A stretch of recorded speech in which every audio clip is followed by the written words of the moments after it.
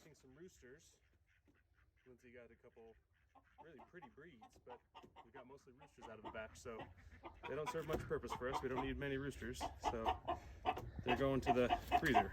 So they're a little different than the regular meat birds we get. They only go 10-12 weeks and they're designed for meat. These guys are more for fertilizing, and not, you can tell they're not nearly as big as a regular bird will be, meat bird, but still gonna be good nonetheless. Same process. So this is called a kill cone. So just let them down here nice and gently. Make sure their head goes down there through. If I put them upside down, it makes them go unconscious quickly. And you just have to pull their head through. See, the head's out this way, and they're contained in this cone. Some people put like a bungee cord across this. These guards aren't very big, and they're gonna flop out of there.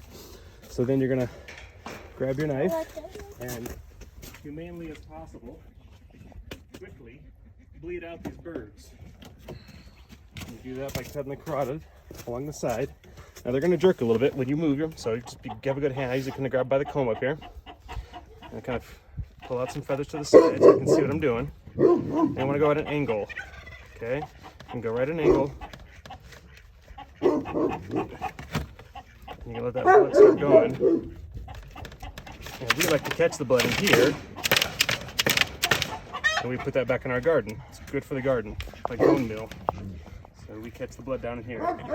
Let him bleed out. That'll take a couple minutes. He's going to flip around a little bit. That's just neuromuscular reaction to the loss of blood. He can't feel anything. He's dead. He's long past. He's not feeling any of this. He's no sense of this. You'll see some of the twitching here in a little bit. I'll do it a couple more times. Just as that blood leaves, the muscles are looking for oxygen. They start twitching and reacting for it. Like that. That's completely natural during this situation. So let that go ahead and drip out a little longer. Good. A little bit. Make sure they're good. Remove the head. Come over to your water. You don't want it to be boiling. You don't want to cook the meat. You want it between 150, 170 degrees on average. I'm going to dunk it in here. I'm going to move it around, agitate. That hot water loosens up all the base of their feathers. Makes them easier to come out. So you want a pretty big pot for this. This is like a turkey fryer pot, or you can use a big stock pot. There's other ways to do it too. You want it nice, kind of move it around a little bit. Get that water all the way to the bottom. And after a minute, not a minute, after about 30 seconds, you want to lift it up. You can see how easy those feathers are coming off. That's what you want to see. So we're just going to go a little bit, one more couple douses. Okay. Keep most of the water in your pot there. Now we happen to have a plucker that helps us out quite a bit. So we're going to go to the plucker. Plucker.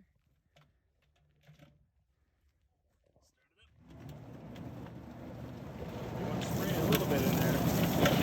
Feathers off the edge. Really narrow down your time frame to get these things plucked, but you don't want to leave it in here till every little feather's off, because then you're going to start breaking bones, bruising the meat, tearing some of the skin.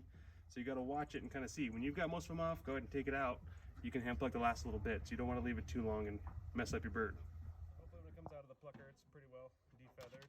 Some of these tail feathers are usually the hardest to get out, some also by the neck, but we're going to be cutting around here, so I'm not going to worry about pulling each one of these little ones out. And you can make sure you want to take all these little feathers out before you finally put it in the freezer, but for processing right now, I'm not going to spend all the extra time to get to each one of these little ones. I'll do that later before we actually put it in the freezer or part it out, whatever we're going to do. So, okay, so chicken, we got the feet here. Let's get these out of the way. Basic processing rules is anytime you have a joint right here, like this knee, you want to cut right between that joint. Whenever you're processing animals, big game, small game, when you're cutting into parts, you want to cut by the joints. So see here, we got a joint. We want to cut right in between. There's kind of a divot between these two joints. As you feel it and you articulate it, you can kind of feel the space between there. So the best thing to do is cut right between that joint. As you're going to cut all that connective tissue, those ligaments and tendons, you're going to start separating those, and as you flex the joint more, you'll get more of a separation out of there. And go all the way around. And last little bit, you can just do a little twist, that last little bit off of there. Same thing, feel that joint, feel around.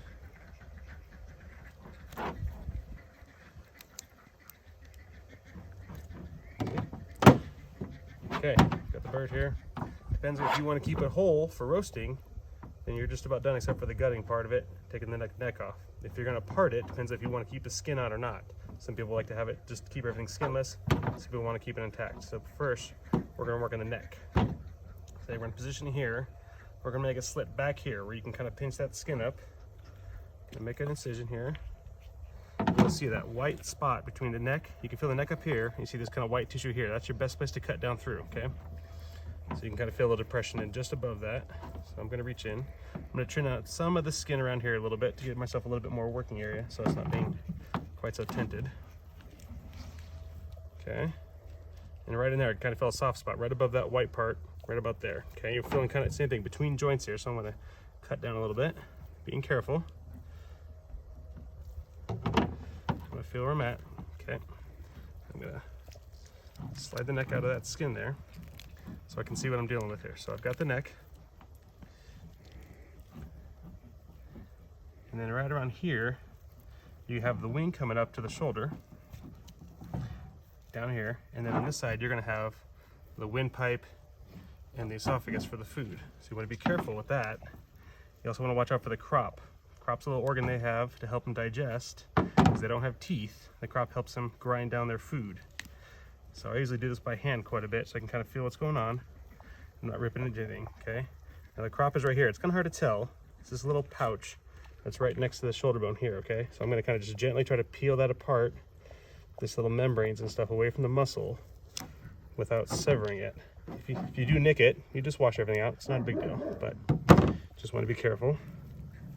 Take your time, work everything around here, okay? And you can just take the neck, give it a ring, comes off. Here so you can see it. Now there's a bone right along here. You can see where it kind of ends, and there's a soft spot between here and these back bones kind of by the butt, okay? So what you want to do is make a small incision there, so you're going to kind of tent that skin up. Now there's a lot of organs down here, so you don't want to be plunging in, okay? Make a small incision, make a small one to start, just open that cavity a little bit. What I like to do then is put one finger, this is a pretty small bird, but one finger kind of under that bone, and the other finger here, loosen it up, and then you're going to pull apart, and you're going to hear this. That gives you a lot better access into there to get all that organs out of there, okay? So I'm going to turn away here so I can see what I'm doing. Same thing.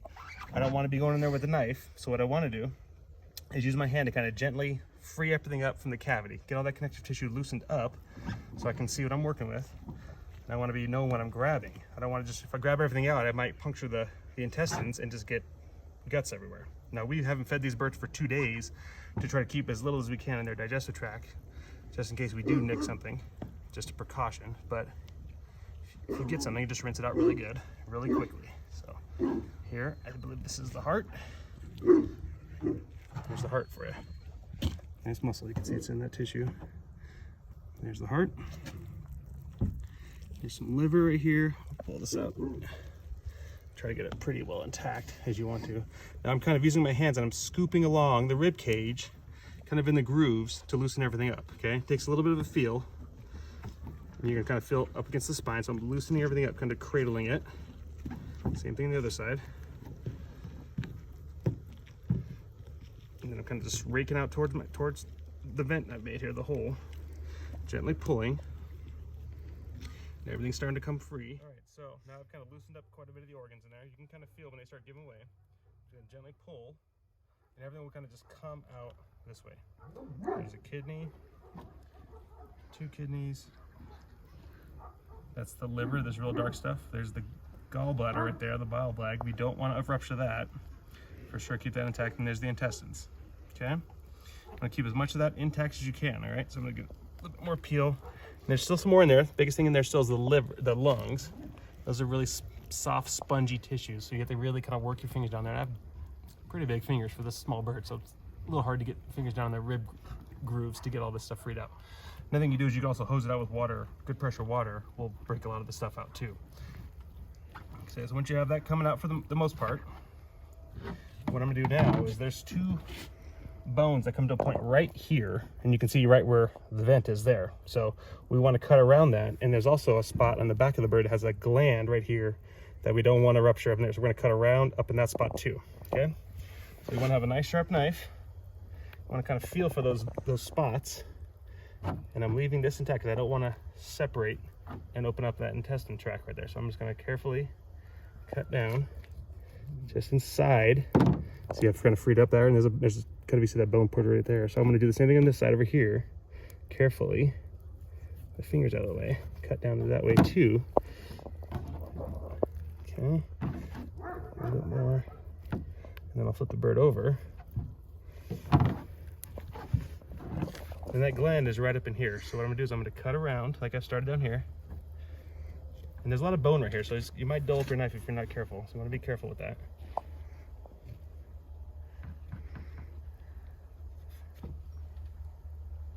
And what I like to do at this point is get up in that part, and I use some pliers, so my hands are getting all over this gland.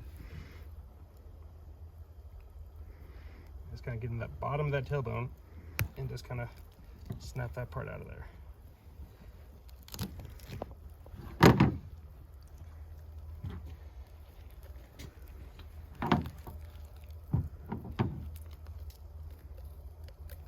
Okay, now that GI tract is all out of there.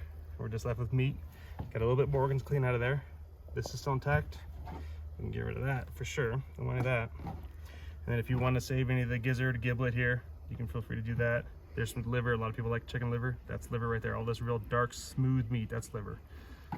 Okay, feet, neck, 2 kidneys, heart, intestines, the liver, and the lungs are still in there. They're like pink, real spongy material, and they're sometimes a little tricky to get out. Let's see if I can get some real quick here. Yep, so there's some of it. So you can see all the little, real spongy, like real soft tissue in there. That is chicken lungs. Gutted, taking the neck off, the legs off. It's starting to look a lot more like a supermarket chicken here, but it's going to be a lot better tasting than that. So last step is here, you want to rinse off everything really good, and use this hose to kind of clear out that cavity as much as you can. Get that little bits of organ meat out of there that are kind of falling apart. Get that all out of there. Using the neck side as well.